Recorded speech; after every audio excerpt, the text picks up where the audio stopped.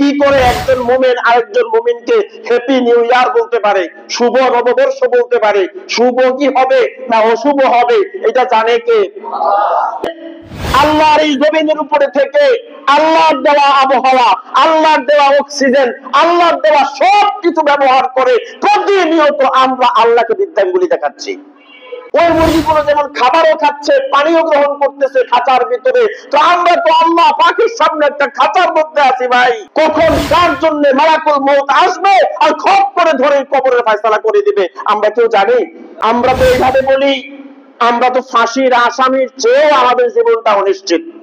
ছোট্ট শিশুগুলা গায়ে কাপড় নাই, খাদ্য নাই, বাবা নাই, মা নাই, এই শিশুগুলা রাস্তায় অনাথ হয়ে ঘুরে বেড়াচ্ছে। আর আমি মুসলমানের সন্তান, মুসলমান দাবি করে বলতেছি শুভ নববর্ষ, দুইটার লাভ তোমার এই নববর্ষের উপরে। না না না, নবীজির আশিক হওয়ার জন্য আল্লাহর নবীর সুন্নতের পরিপূর্ণ অনুসরণ করতে হবে। দিল তো গুনাহ করতে করতে দিল এত শক্ত হয়ে গেছে, দিল এত শক্ত হয়ে গেছে যে এই দিলে এখন আর জাহান্নামের ভয় কাজ করে না, এই হৃদয়ে এখন আর মৃত্যুর ভয় কাজ করে না। সম্মানিত উপস্থিতি, আমরা ইংরেজি বর্ষ অনুযায়ী আরো নতুন একটা বছরে আমরা পদার্পণ করেছি। আল্লাহ রাব্বুল আলামিন পবিত্র কোরআনুল কারীম ইরশাদ করেছেন, ওয়া তিলকাল আইয়ামু নুদাবিলুহা বাইনান নাস, এই সময়গুলোকে, দিনগুলোকে আমি মানুষের মধ্যে চক্রাকারে ঘুরাই। এই দিনের আগমন প্রস্থান, রাতের আগমন প্রস্থান, কালের আবর্তন বিবর্তন, এগুলো সব কার হাতে? সব আল্লাহ রাব্বুল আলামিনের হাতে। এবং যুগের স্রষ্টাও আল্লাহ, এবং তিনি সময়ের শপথ করেছেন, ওয়াল আসরি ইন্নাল ইনসানা লাফি খুসর, সময়ের শপথও আল্লাহ তাআলা করেছেন। তো একটা সময় থেকে আরেকটা সময়ে যখন আমরা উপস্থিত হই, আরেকটা সময়ের সম্মুখীন আমরা হই, তো পেছনের সময়ে যত ভুলভ্রান্তি আমরা করেছি তার জন্য কায়মানুবাক্যে আল্লাহর দরবারে ক্ষমা প্রার্থনা করাই এটা হচ্ছে প্রকৃত মুমিনের কাজ। কারণ এটা সেলিব্রেট করার কোনো বিষয় না, এটাকে উদযাপন করার কোনো বিষয় না। তার কারণ হলো আমরা জানি না যে এই বছর আমাদের কার কার জন্য মৃত্যু লেখা হয়ে গেছে। আমরা জানি এটা। আগামী বছর আমার আপনার মতো অনেক সুস্থ মানুষ, অনেক মানুষ এই পৃথিবীতে ছিলেন যারা জানতো না, তারাও হয়তো গত বছর জানুয়ারির এই প্রথম দিনে এসে হ্যাপি নিউ ইয়ার বলছে, শুভ নববর্ষ বলছে, অথচ এই বছরটা তার জন্য শুভ হয় নাই। এই বছরটাতে এসে এসে দুনিয়া থেকে চলে গেছে, এমন বহু মানুষ আছে না? এই বছর আমরা যারা একে অপরকে হ্যাপি নিউ ইয়ার বলছি, হতে পারে আর এক সপ্তাহ সময় আমার হাতে আর নাই, হতে পারে এই বছরের শেষ হতে হতে আমার কবরে ঘাস উঠে যাবে, হতে পারে এই বছর শেষ হতে হতে আমার নাম নিশানা অস্তিত্ব দুনিয়ার জমিন থেকে মুছে যাবে। কি করে একজন মুমিন আরেকজন মুমিনকে হ্যাপি নিউ ইয়ার বলতে পারে, শুভ নববর্ষ বলতে পারে? শুভ কি হবে না অশুভ হবে এটা জানে কে?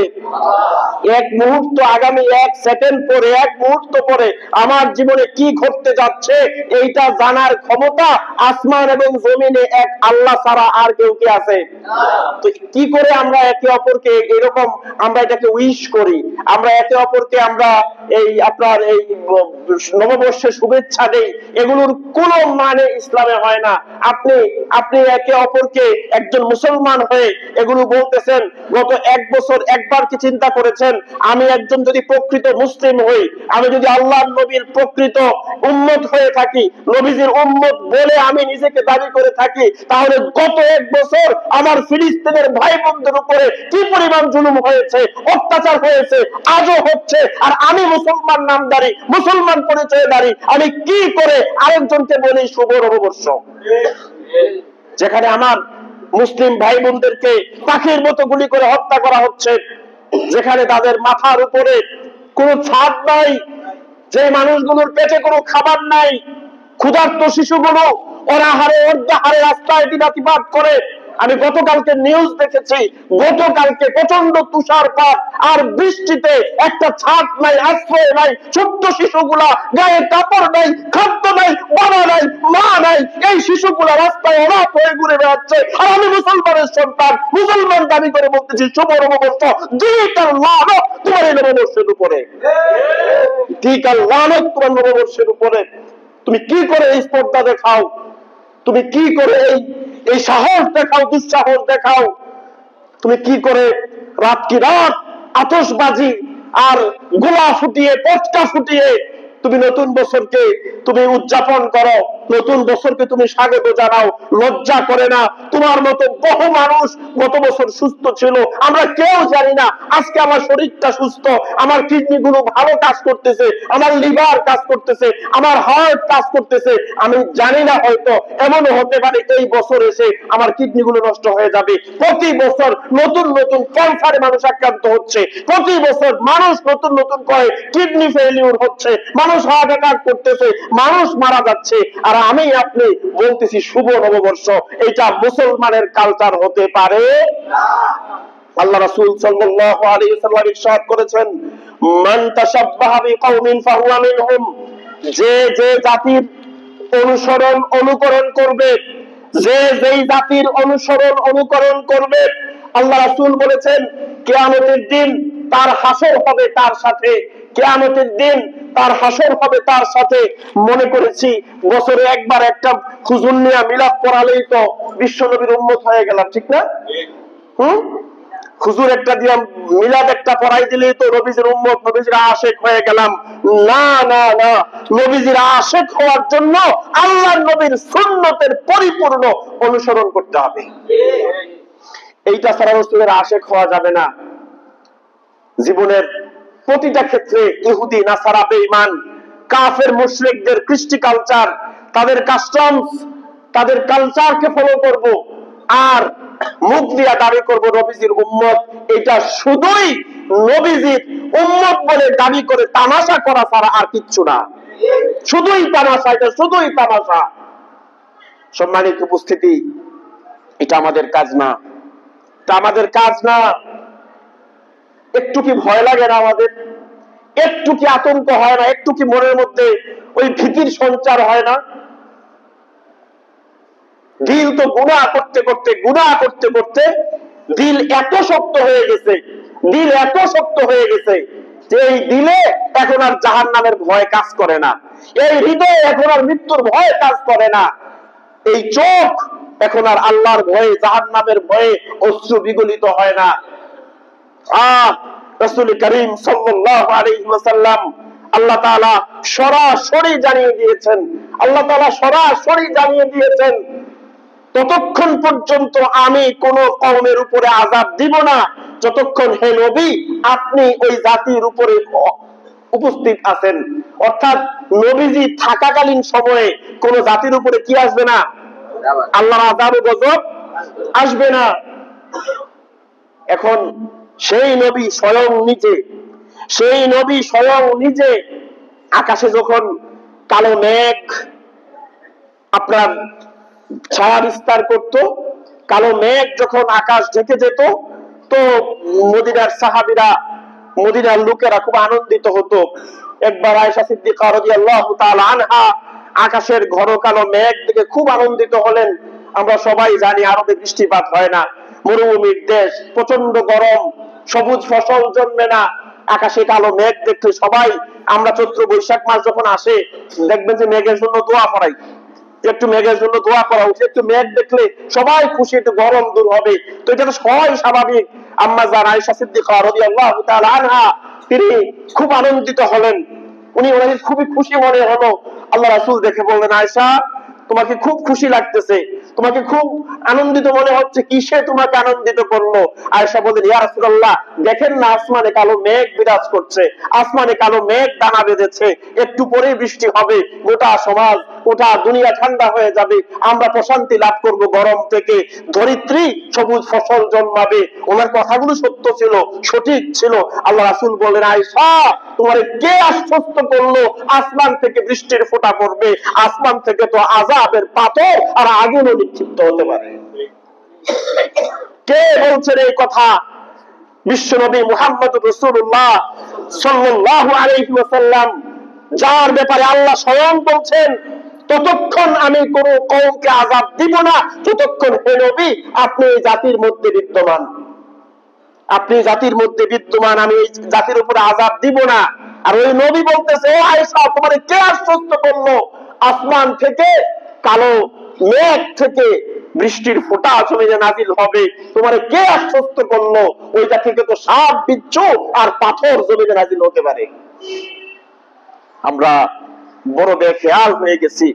এই জমিনের উপরে থেকে, আল্লাহর এই জমিনের উপরে থেকে আল্লাহর দেওয়া আবহাওয়া, আল্লাহর দেওয়া অক্সিজেন, আল্লাহর দেওয়া সবকিছু ব্যবহার করে প্রতিনিয়ত আমরা আল্লাহকে বিদ্যাঙ্গুলি দেখাচ্ছি, প্রতিনিয়ত বিদ্যাঙ্গুলি দেখাচ্ছি। নাফরমানি আর নাফরমানি। জিজ্ঞেস করে দেখেন, সুযোগ তো আর নাই। যে ব্যক্তি গত বছর মারা গেছে যদি উঠে এসে বলতে পারতো যে হ্যাঁ আমি মারা যাওয়ার পরে আমার সঙ্গে এই এই হচ্ছে, আল্লাহ রাসূল তো বলছেন আমি কবরের আযাবের চেয়ে ভয়ানক আমি মুহাম্মদ জীবনে আর কোনো কিছু দেখি নাই। যে মানুষগুলো গত বছর চলে গেল, একবার কি চিন্তা করছেন এই মানুষগুলোর কথা? আপনার কিসের শুভ নববর্ষ?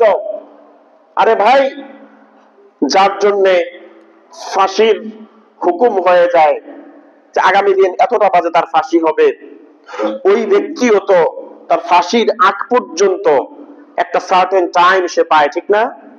পায় কিনা? একটা নির্দিষ্ট সময় তো সে পায় যে আগামী দিন সকাল 10টায় আমার ফাঁসি হবে। তো সারা রাত অন্তত পক্ষে ওই ব্যক্তি আল্লাহর দরবারে কান্নার সুযোগ পায়। যত বড় মুজরিম হোক, যত বড় অপরাধী হোক, অন্তত ওই সময়টা পর্যন্ত আল্লাহর বান্দা আল্লাহর কাছে তওবা ইস্তেগফারের সময় পায়। আমরা তো এইভাবে বলি, আমরা তো ফাঁসির আসামির চেয়েও আমাদের জীবনটা অনিশ্চিত। ফাঁসির আসামি হয়তো জানতে পারছে সে বন্দী অবস্থায় আছে, আগামী দিন সকাল 10টায় তার ফাঁসি হবে। আমরা এটাও জানি না আমাদের মৃত্যু কি আগামী দিন 10টায় হবে না এক মুহূর্ত পরে হবে। এই কথা আপনাদের সামনে বহুবার বলেছি। কি পার্থক্য আপনি দেখেন তো, যা আমরা তো সবাই বাজার থেকে মুরগি কিনি, খাঁচার মধ্যে মুরগিগুলো থাকে, থাকে না? খাঁচার মধ্যে মুরগিগুলো থাকে না? তো ব্যক্তি আসলো, এসে বললো ভাই আমার একটা মুরগি দেন, 1 কেজি 1.5 কেজি 2 কেজি যাই হোক। তো দেখবেন খাঁচার মধ্যে পানি দেওয়া আছে, খাবার দেওয়া আছে, মুরগিগুলো খাবার নিচ্ছে, পানি খাইতেছে, ঘুরতেছে, তারা জানে না একটু পরে তাদের জীবনে কি ঘটতে যাচ্ছে। তো যেই ব্যক্তি এসে বললো ভাই একটা মুরগি দেন, তো ব্যক্তি কি করছে, দোকানদার একটা মুরগি খপ করে ধরলো, অনেকগুলো মুরগি একটারে খপ করে ধরে কি করে জবাই দেয়। ওই মুরগিগুলোর চেয়ে আমাদের জীবন কোত্থেকে আলাদা দেখেন তো। ওই মুরগিগুলো যেমন খাবারও খাচ্ছে, পানিও গ্রহণ করতেছে খাঁচার ভিতরে, তো আমরা তো আল্লাহ পাকের সামনে একটা খাঁচার মধ্যে আছি ভাই। কখন কার জন্য মালাকুল মউত আসবে আর খপ করে ধরে কবরের ফয়সালা করে দিবে আমরা কেউ জানি? কিসের শুভ নববর্ষ? কিসের শুভ নববর্ষ? কোন অ্যাঙ্গেল থেকে হোক আমার দেখার বিষয় নাই। এটা কি বাংলা না ইংরেজি না আরবি, যেভাবেই আপনি গণেন আমি গুনি, আমার আপনার জীবন থেকে একটা বছর কিন্তু চলে গেছে। তার মানে একটা বছর আমি মৃত্যুর দ্বার প্রান্তে চলে আসছি, একটা বছর আমি মৃত্যুর করিব হয়ে গেছি, মৃত্যুর নিকটবর্তী আমি হয়ে গেছি। হায় যদি গত 1 বছরের, শুধু 1 বছরের জন্য আল্লাহ আমাদেরকে জিজ্ঞেস করে, বাদ দিলাম 1 বছর, 1 দিনের জন্য যদি আল্লাহ আমাদেরকে ধরে, বাদ দিলাম 1 দিন, 1 ঘন্টার পাপের জন্য যদি আল্লাহ আমাদেরকে ধরে, বাদ দিলাম 1 ঘন্টা, 1টা মিনিটের গুনাহের জন্য যদি আল্লাহ আমাদেরকে ধরে, পার পাওয়ার, নাজাত পাওয়ার সম্ভাবনা কার কার আছে? ইস্তেগফার আর ইস্তেগফার, আল্লাহর কাছে তওবা, আল্লাহর কাছে ক্ষমা চাওয়া ছাড়া আর তো রাস্তা দেখি না। সেলিব্রেট করে, উদযাপন করে নিজেকে কি মনে করি আমরা? কে এই দুঃসাহস দিল? এক বিজাতি কালচার, এক বিজাতি সংস্কৃতি মুসলমানের মধ্যে প্রবেশ করেছে। হায় হায় ভাই, কোন দিক থেকে কথা বলবো, কোন অ্যাঙ্গেল থেকে কথা বলা উচিত আমি আমাদের মাথায় কাজ করে না। মানে একটা মুসলিম সমাজ কলমা পড়ছে, তারা জানে আল্লাহ চিনে, রসুল চিনে, মৃত্যুর পরে আখিরাতেও বিশ্বাস করে, কবরের আযাব বিশ্বাস করে, সব হয়। আপনি দেখেন তো গোটা একটা সমাজ, গোটা একটা রাষ্ট্র পরিপূর্ণ গাফিলতির মধ্যে নিমজ্জিত। আমরা কখনো বিজাতি কালচার, এই এই নিউ ইয়ার নিয়ে আমরা আছি, কখনো দেখবেন ক্রিকেট টুর্নামেন্ট নিয়ে আমরা আছি, কখনো ফুটবল টুর্নামেন্ট নিয়ে আমরা আছি। গোটা জাতির যুবক সমাজকে আল্লাহ থেকে গাফেল করার যত ষড়যন্ত্র আছে সব ইহুদি নাসারারা এগুলো করে, এগুলো মার্কেটিং করছে আমাদের দেশে, এগুলো মার্কেটিং আমাদের মধ্যে করছে। কেমনে এই যুবকদেরকে, কেমনে এই আল্লাহর বান্দাদেরকে আল্লাহ থেকে গাফেল করা যায়, আল্লাহ থেকে দূরে সরাই রাখা যায়, এই একটাই চেষ্টা। জীবনে যারা যারা প্রতিদিন ক্রিকেট খেলা দেখছেন, কার কি লাভ হয়েছে বলেন? জীবনে যারা যারা প্রতিদিন সিনেমা দেখছেন, কার কি লাভ হয়েছে বলেন? জীবনে যারা বিশ্বকাপের পরে বিশ্বকাপ দেখছেন, আপনার থলিতে কি কি জ্বলছে বলেন? কি লাভ হয়েছে বলেন? গত একটা বছর চিন্তা করেন তো, 365 দিন বিদায় নিল। এই 365 দিনের ভিতরে কত দিন আমি আমার আল্লাহর জন্য ব্যয় করেছি, আর কি পরিমাণ সময় এই শয়তানের রাস্তায় আমি ব্যয় করেছি, চিন্তা করেন তো। কিছু কিছু কাজ সরাসরি কুফর না, গান বাদ্য করা সরাসরি কুফরি না, পাশে কি কিছু কিছু হারাম কাজ আছে সরাসরি ব্যক্তি কাফের হয়ে যায় না, কিন্তু জায়গা বিশেষ ওই কবিরা গুনাহটাই তারে কাফের পর্যন্ত পৌঁছাইয়া দেয়। আসেন, শুধু এইটা না, কয়েকটা বিচার গেছে এই পর্যন্ত আমার কাছে। বলে হুজুর আপনি কি বিচারক? বিচার গেছে মানে ওই যে আপনাদের এখানে এক জিম্মাদারি নিছি, এই জন্য বলতে হবে, এই জন্য বলতে হবে। এই কথাটা এই জন্য, এই মাসআলাটা এই জন্য নিয়ে আসছি, সবব পাওয়া গেলে একটা সাধারণ কবিরা গুনাহ কি হয়ে যেতে পারে, কুফরি হয়ে যেতে পারে। আচ্ছা, আপনাদেরকে আমার প্রশ্ন, আমি আমার বিষয় নিয়ে আলোচনা করব, এটা বলেই আমি সামনে এগিয়ে যাচ্ছি। আপনাদের কাছে আমার প্রশ্ন, আজকে যে আমরা মসজিদে নামাজ পড়তে আসছি, কার হুকুমে? কোন নেতার কথায় আসছি? কোন ব্যক্তির কথায় আসছি? এটা আল্লাহর হুকুম, এজন্য আসছে।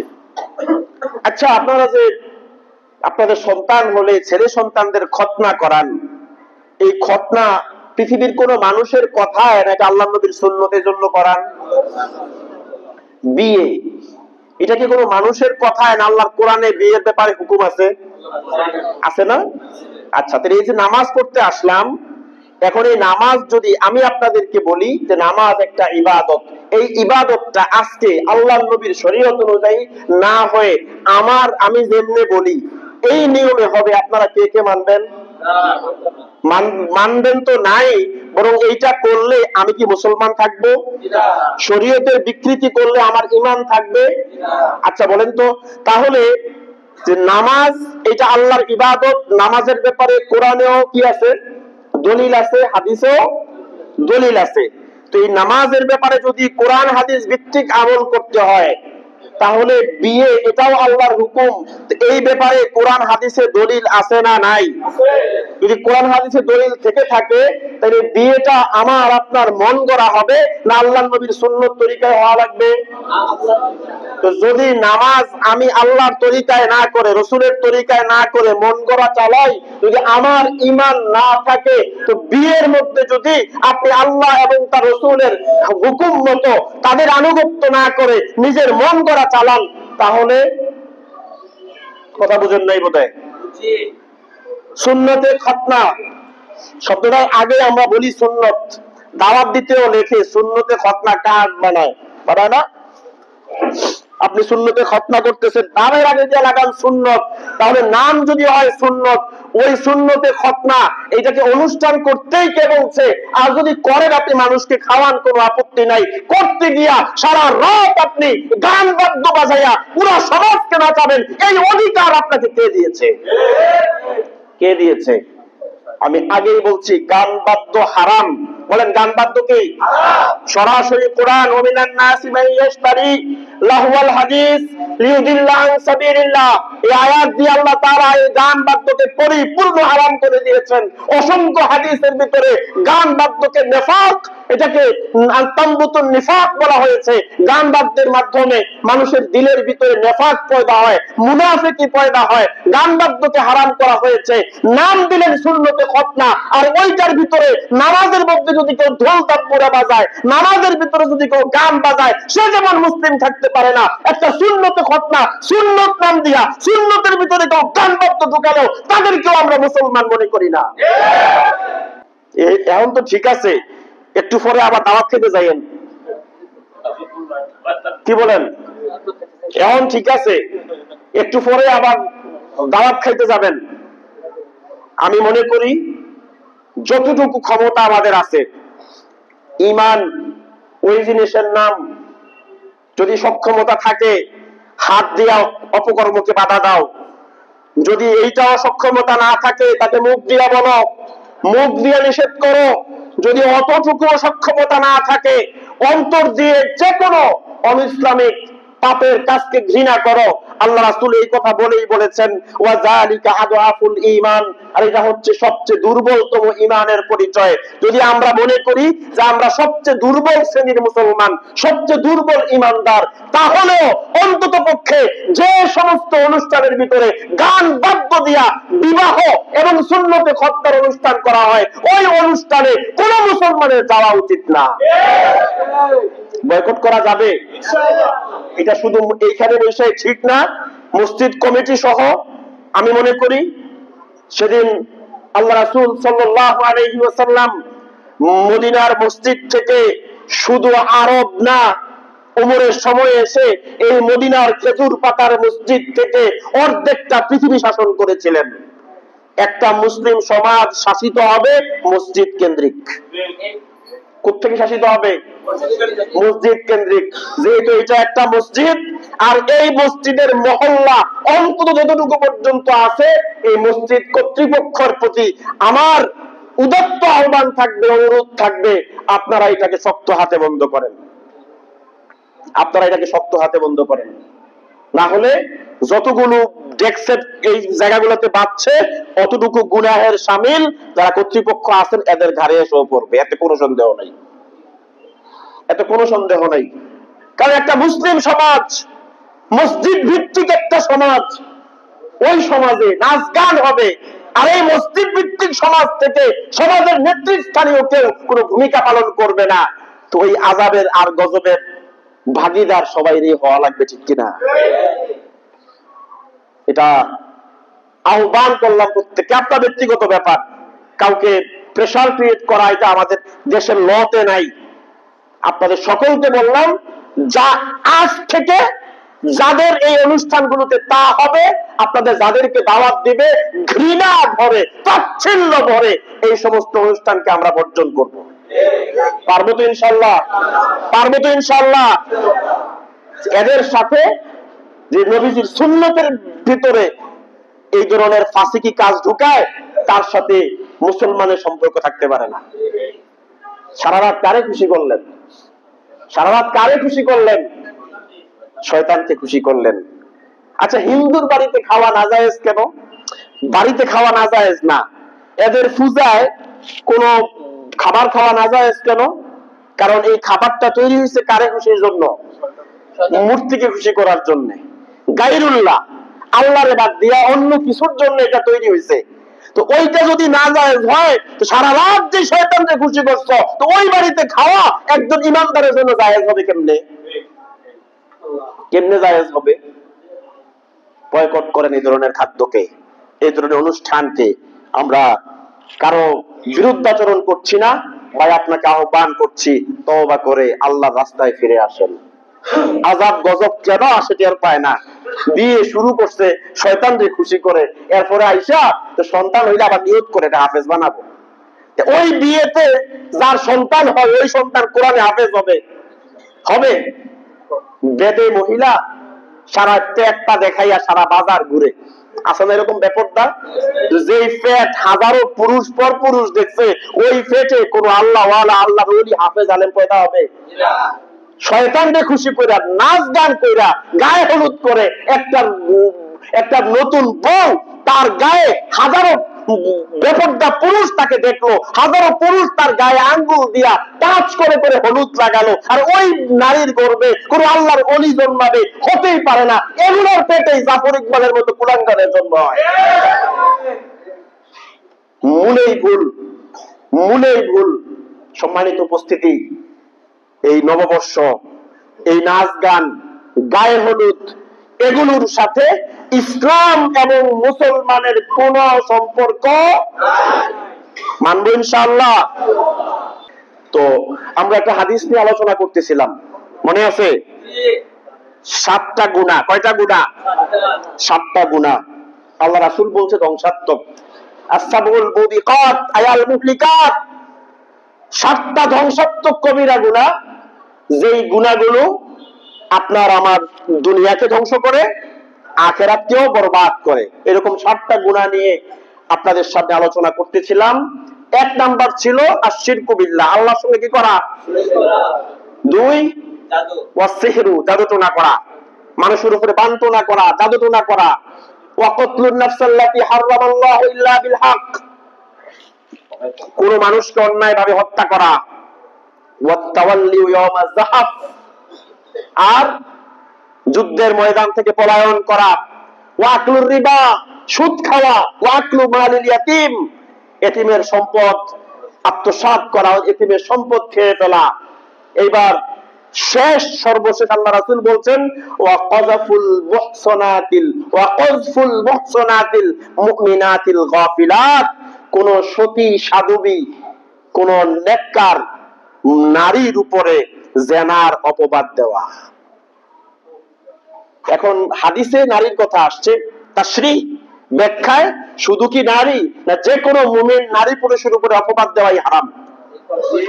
একটা হচ্ছে গীবত, একটা কি গীবতটা কি, যে আমার এমন কোন দোষ আমার অগোচরে আলোচনা করা হচ্ছে, যে দোষটা প্রকৃতই আমি করছি, কিন্তু আমার অগোচরে আলোচনা করাটা, এটা হচ্ছে গীবত। এই গীবতের ব্যাপারে আল্লাহ রাসূল বলছেন আল গীবাতু আশাদ্দু মিনাজ জিনা, জিনা ব্যভিচারের চেয়েও গীবতের পাপ আরো মারাত্মক। আশাদ্দু বলছে যে জিনা করলে যে পাপ হয়, জিনা করলে যে শাস্তি হয়, গীবত করলে এর চেয়ে মহা শাস্তি হয়, মহা পাপ হয়। এখন আমি দোষ করছি, সত্যিকার দোষটাই আমার অগোচরে বলা হচ্ছে গীবত। আর অপবাদ, এটাকে হাদিসে বলা হয়েছে বুহতান। কি বলা হয়েছে? বুহতান। এই বুহতান এমন পাপ, যেই পাপের সাথে আমার ন্যূনতম কোনো সম্পৃক্ততা নাই। বানাইয়া বানাইয়া আমার ব্যাপারে, আপনার ব্যাপারে যে কথাগুলো মানুষ অপবাদ রটাই দেয়, এটাকে বলে বুহতান, এটাকে বলছে কযফ। এই কযফ আল্লাহ রাসূল সাল্লাল্লাহু আলাইহি সাল্লাম বলছেন এটা একটা ধ্বংসাত্মক কবিরা গুনাহ। তো এই ওয়াজ তো করে লাভ নাই, কারণ আমরা তো এই পাপ কেউ করি না। কি বলেন? বলেন অহরহ। মানুষ যদি অন্যায় করে তিল পরিমাণ, আর আমরা এটা বলি তাল পরিমাণ, বলি কিনা? যদি অপরাধটা হয় এতটুকু, এটাকে মানুষের সামনে আমরা উপস্থাপন করি এই বড় আকারে। একজন ব্যক্তি সে কোনো কারণে আপনার সাথে অন্যায় হয়েছে, আপনি মামলা করতে গেছেন, যদি অন্যায় হয় 5%, এটারে আরো বাড়ায় 95%, বাড়াইয়া এরপরে লেখা মামলা দায়ের করে কি করে না? ওই ওনার অপরাধের বাইরে একটা শব্দ লিখেছেন, একটা শব্দই অপবাদ, একটা শব্দই ওই ব্যক্তির উপরে জুলুম।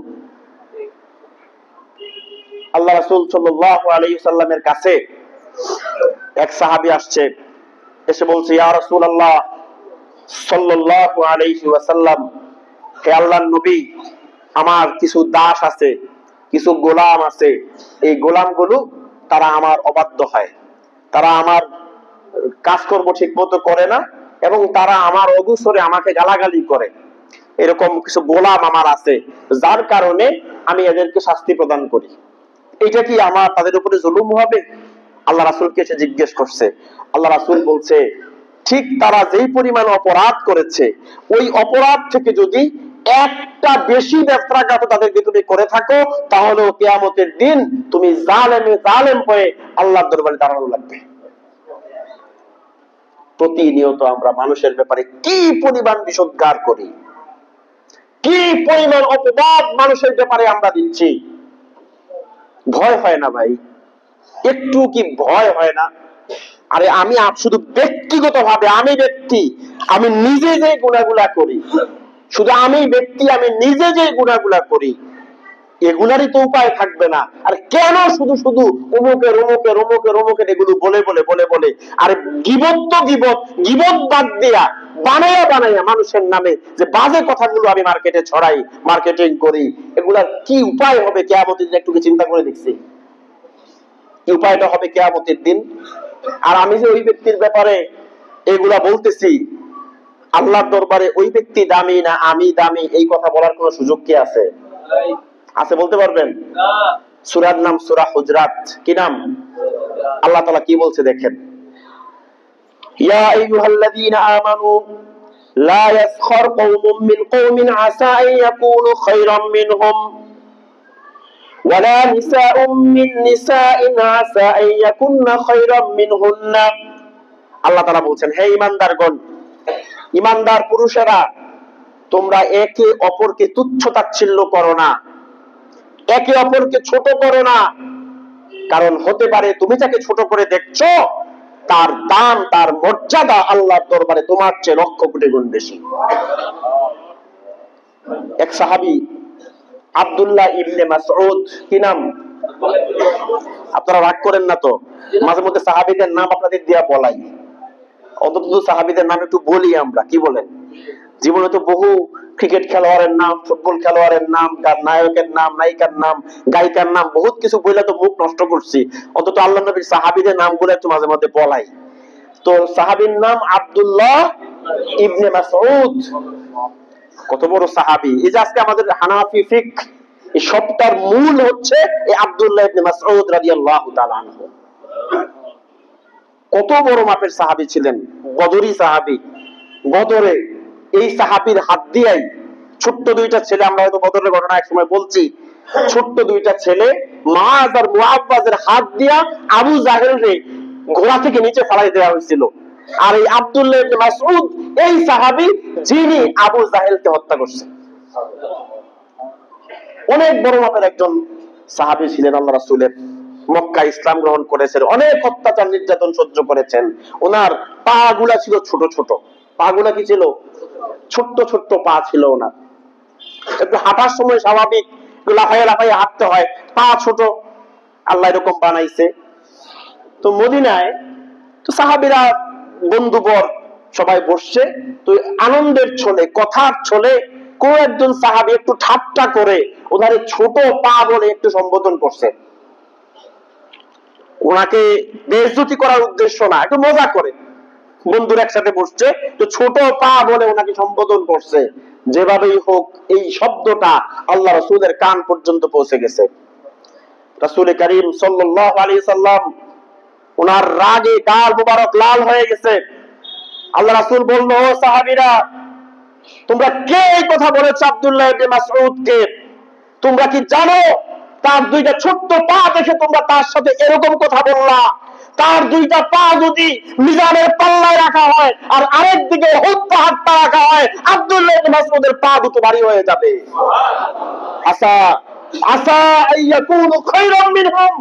তুমি যাকে তুচ্ছ তাচ্ছিল্য করছো, তুমি যাকে ছোট মনে করতেছো, যাকে তুমি নগণ্য মনে করতেছো, যার মূল্য তোমার কাছে নাই, হতে পারে তোমার চেয়ে তার দাম আল্লাহর কাছে কোটি গুণ বেশি। এবার নারীদেরকে উদ্দেশ্য করে আল্লাহ বলছেন, ওয়ালা নিসাউম মিন নিসাইন আসা আইয়াকুননা খায়রাম মিনহুন্না। আর নারীদেরকে উদ্দেশ্য করে আল্লাহ বলেন, ও নারীরা, তোমরাও একে অপরকে তুচ্ছ তাচ্ছিল্য করে কোনো কথা বলো না। আল্লাহ রাসূলের স্ত্রী সাফিয়া রাদিয়াল্লাহু তাআলা আনহা, কি নাম? ওনার স্ত্রীর নাম ছিল সাফিয়া রাদিয়াল্লাহু তাআলা আনহা। উনি একটু খাটো মানুষ ছিলেন। আয়েশা রাদিয়াল্লাহু তাআলা আনহা এও তাদের যে চরিত্র ছিল, তারা যেই মাপের মানুষ ছিলেন, হেও করা না, খাটো করা না। আমরা অনেক সময় অ্যাড্রেস করতে গিয়েও বলি ওই যে লম্বা লোকটা, ওই যে খাটো লোকটা, এভাবে বলি না?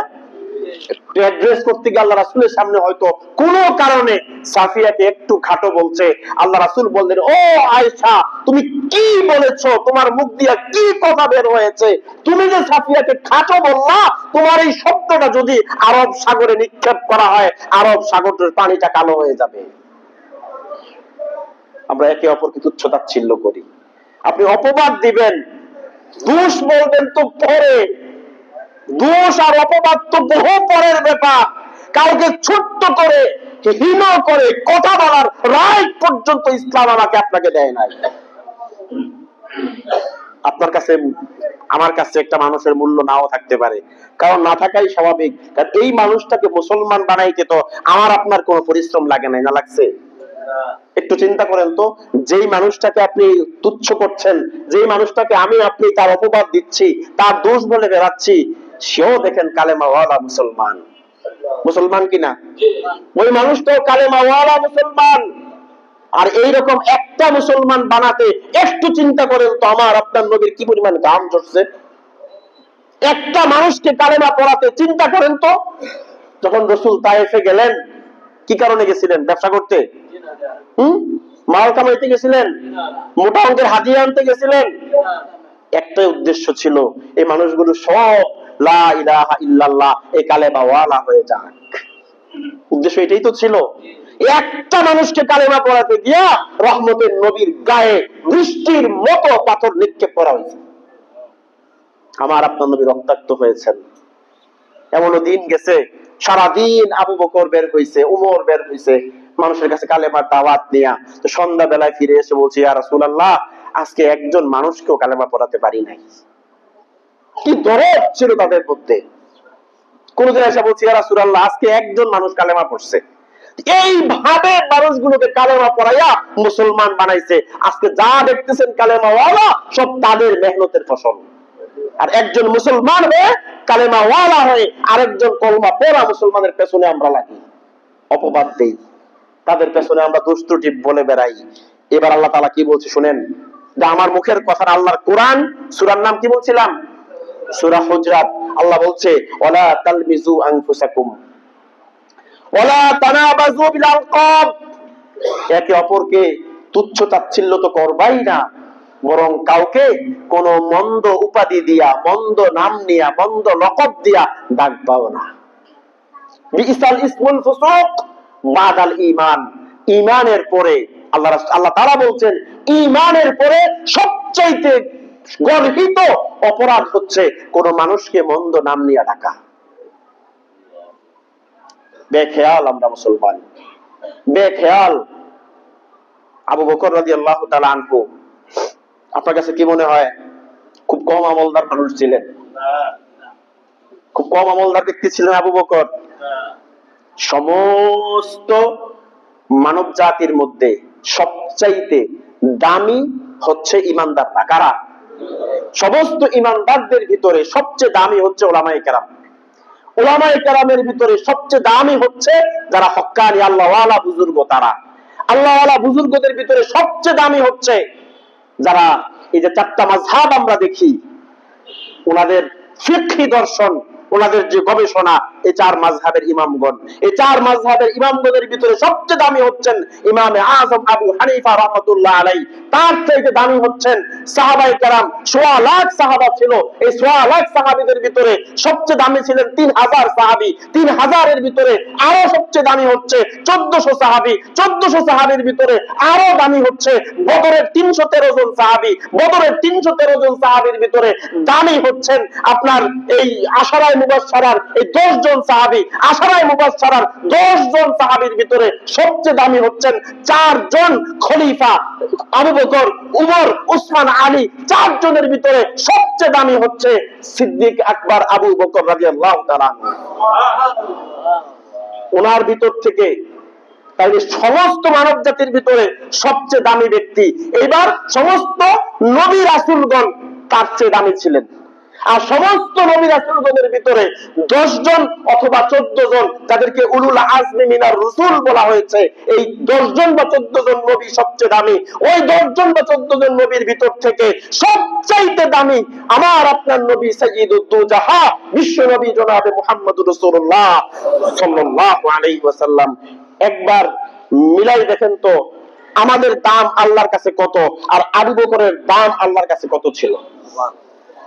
আবু বকর নিজের জিহ্বাটা মাঝে মধ্যে টেনে বের করতেন, নিজের জিহ্বাটা বের করতেন, আরেকজনের জিহ্বায় ধরে নাই, আরেকজনের দোষ নিয়ে ঘুরে নাই, নিজের জিহ্বাটা বের করে আবু বকর বলতেন, ও আমার জিহ্বা, তুমি আমি আবু বকরকে ধ্বংস করে দিয়েছ, ও আমার জিহ্বা, তুমি আমি আবু বকরকে জাহান্নামী করে ফেলছো, আমাকে তুমি হালাক করে ফেলেছো। নিজের জিহ্বাটা ধরে আবু বকর নিজের জিহ্বাকে শাসন করতেন। কোন ব্যক্তি যার এক রাতের নেক, এক রাতের আমল এক পাল্লায় তুললে গোটা উম্মতের সমস্ত মানুষের আমল আরেক পাল্লায় তুললে আবু বকরের এক রাতের আমলের সমান হবে না। আল্লাহু আকবার। আমরা ওই মানুষগুলো যারা প্রতিদিন এই জিহ্বাটা দিয়া মানুষকে বিসৎকার করি।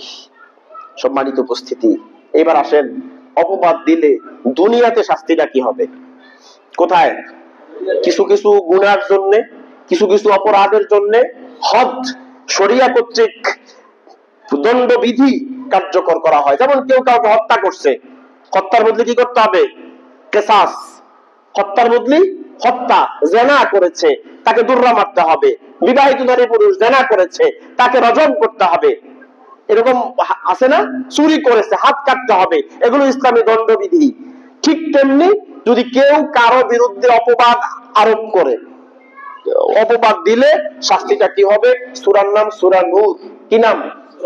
সূরা নূরের মধ্যে আল্লাহ বলছেন, ওয়াল্লাযীনা ইয়ারমুনাল মুহসানাতি, আল্লাহ তাআলা বলছেন যদি কোনো ব্যক্তি কোনো ব্যক্তির উপরে বা কোনো নারীর উপরে অপবাদ আনে, কোন আপনার অভিযোগ আরোপ করে, সুম্মা লাম ইয়াতু বিআরবাআতি শুহাদা, আমি বলছি তুমি এই কাজটা করছো, কিন্তু এটার এগেইনস্টে আল্লাহ বলছেন সুম্মা লাম ইয়াতু বিআরবাআতি শুহাদা, 4 জন সাক্ষী আনতে হবে।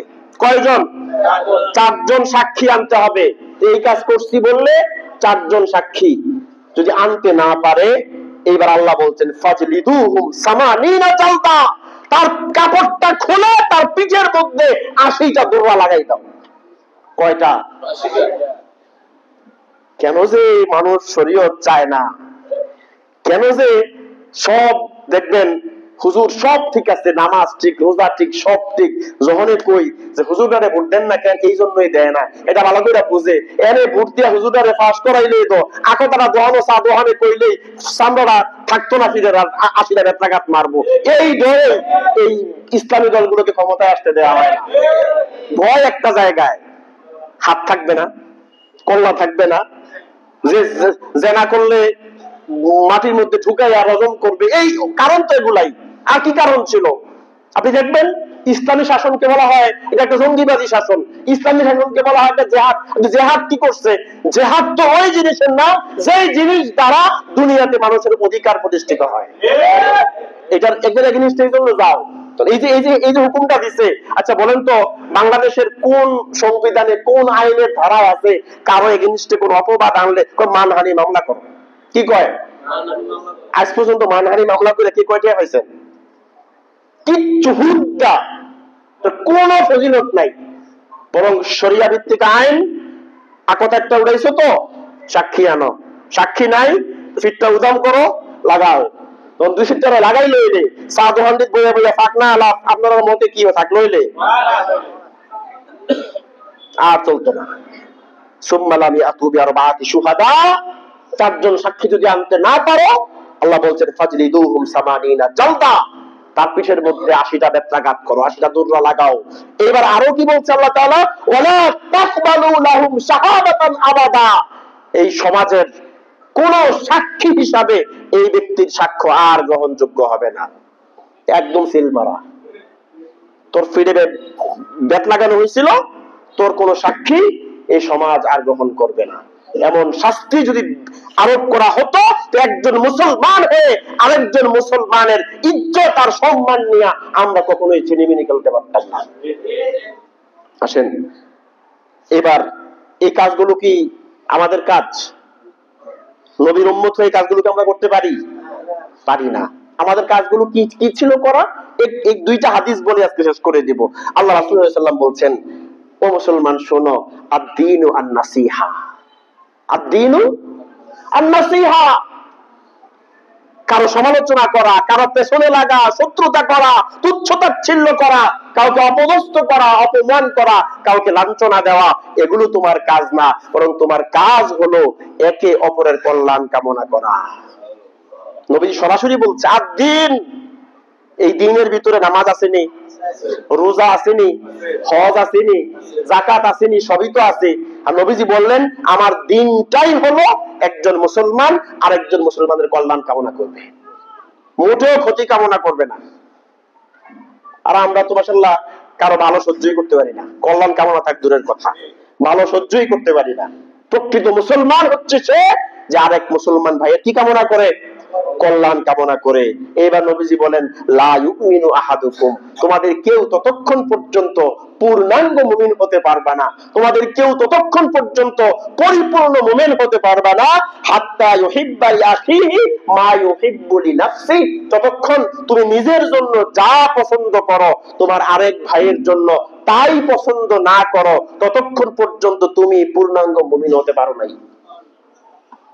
আমরা এই স্টোরি বলছি না, ওই যে যুদ্ধের ময়দানে তিনজন ব্যক্তি পানি পানি বলে চিৎকার করতেছে, এক ব্যক্তি এসে বলছে, পানি পান করাচ্ছে যুদ্ধে মুমূর্ষু ব্যক্তি, প্রাণ উৎসাগত, যে কোনো সময়ে শাহাদাতের পেয়ালা পান করবে, এসে বলছে ভাই পানি। ভাই আমার পানির দরকার আছে, আমি শুনতে পাচ্ছি আমার পাশের ভাই পানির জন্য চিৎকার করতেছে।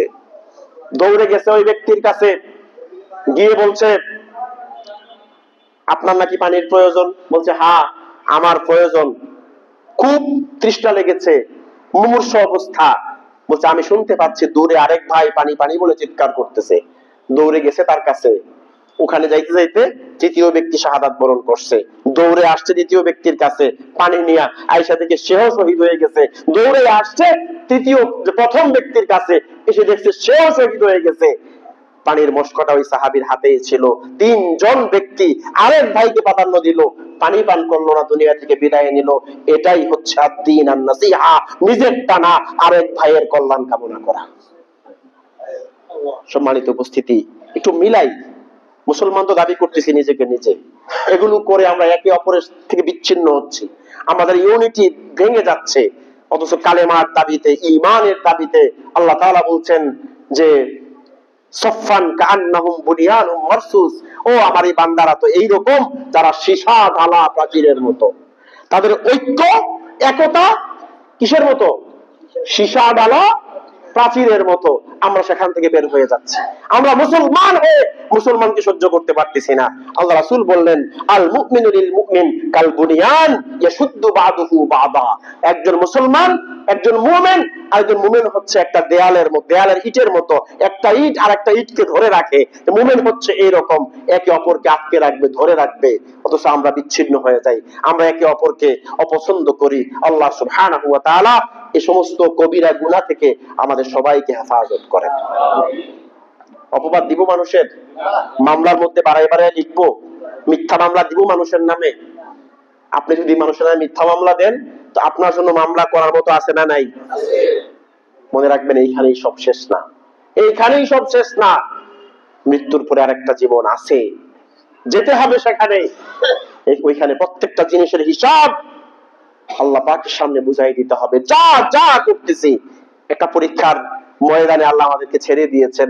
আমাদের অ্যাক্টিভিটিস, আমাদের কথাবার্তা, আমাদের চাহনি, আমাদের প্রত্যেকটা কাজ লিপিবদ্ধ হচ্ছে। সেদিন প্রত্যেকটা মানুষকে প্রত্যক্ষ করানো হবে, আর তার জবানটা বন্ধ করে দিয়ে তার অঙ্গ প্রত্যঙ্গ গুলো কথা বলবে। আল-ইয়াওমা নাখতিমু আলা আফওয়াহিহিম ওয়া তুকাল্লিমুনা আইদিহিম ওয়া তাশহাদু আরজুলুহুম বিমা কানু ইয়াকসিবুন, মুখটা বন্ধ হয়ে যাবে, হাত কথা বলবে, চোখ কথা বলবে, পা কথা বলবে। শুধু তা না, ওই দিন প্রত্যেকটা মানুষের ব্যক্তির চামড়া পর্যন্ত আল্লাহর দরবারে সাক্ষ্য দিবে। ওই দিনকে ভয় করে ওই অবস্থানকে ভয় করে আমরা আমাদের ভ্রাতৃত্বকে মজবুত করি। আমরা সমস্ত পাপাচার থেকে, অনাচার থেকে, আল্লাহর আযাব ও গজব হতে পারে এই ধরনের কাজ থেকে আমরা নিজেদেরকে বিরত রাখি, নিজের ঈমানকে হেফাজত করি। আর গান, বাদ্য, এইরকম বিজাতীয় সংস্কৃতি থেকে আমরা আমাদের ঈমানকে হেফাজত করি। আল্লাহ সুবহানাহু ওয়া তাআলা আমাদের সবাই পেছনের জীবনের গুনাহগুলি মাফ করে দেন। যারা গত বছর বিদায় নিয়েছেন বা এই পর্যন্ত যত মুসলমান কবর দেশে গিয়েছেন প্রত্যেককে মাফ করে দেন, এবং আমরা যারা বেঁচে আছি আমাদেরকে হায়াতে তৈয়্যিবা, সিহাতে কুল্লিয়া দিয়ে দেন। মৃত্যু পর্যন্ত যেন আল্লাহর দ্বীনের খেদমত করার, আল্লাহর গোলামি করে করে দুনিয়া থেকে যাওয়ার তৌফিক আল্লাহ আমাদেরকে দান করে। সবাই বলি আমিন। ওয়া মা আলাইনা ইল্লাল বালাগ।